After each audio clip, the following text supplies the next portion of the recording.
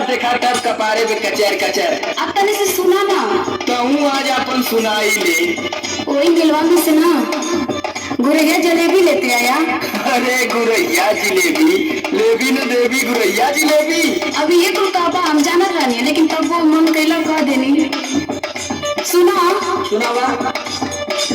गुरही जलेबी अभी चाय पिया मेलवा में।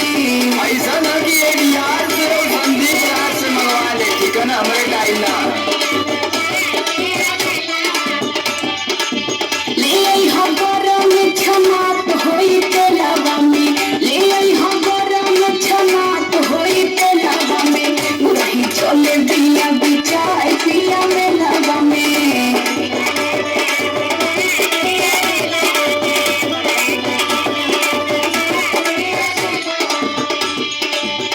जब देखा तब तोरे लारे चुआ लाए, पेट ही नहीं कारे। चुआ तो पानी लगी कोर भइलू धनिया।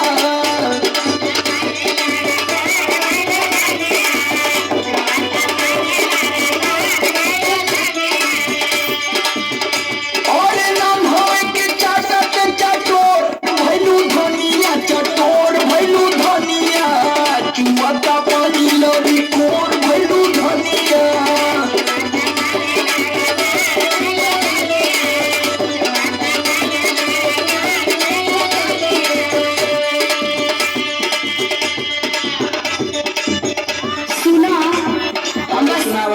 हम बस अपने खातिर थोड़ो मांगतानी कि इतना बहुत तेज खुदकत बड़ा।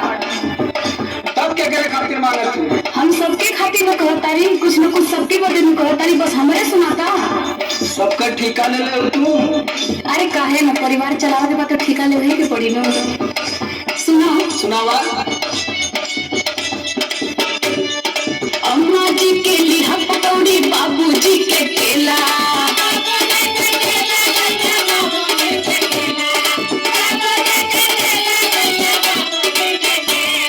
देवर जी के छेना बर्फी, नंदो जी के पेड़ा। अरे तो सबका ठिका हमारे ले लेगा। जाके हट्टी से उसकी की आदत से पूछा।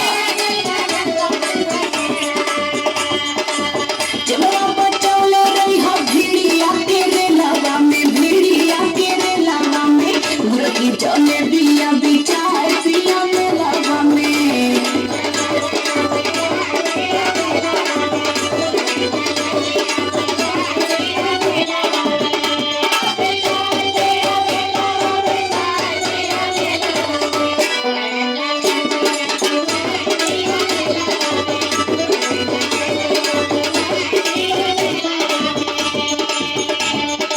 अच्छा ये बतावा कि अब इन कलियां गया लल्लू बाजारे ना। हाँ वो तो गईले रही। किसिम किसिम का गुड़ खाए के इलू है, तबले आज तोरे फिर लगल बढ़िया है भूख। लिया ना देता कि लगला पड़ने। जब आम बने लगल तो वहाँ छने लगी ना।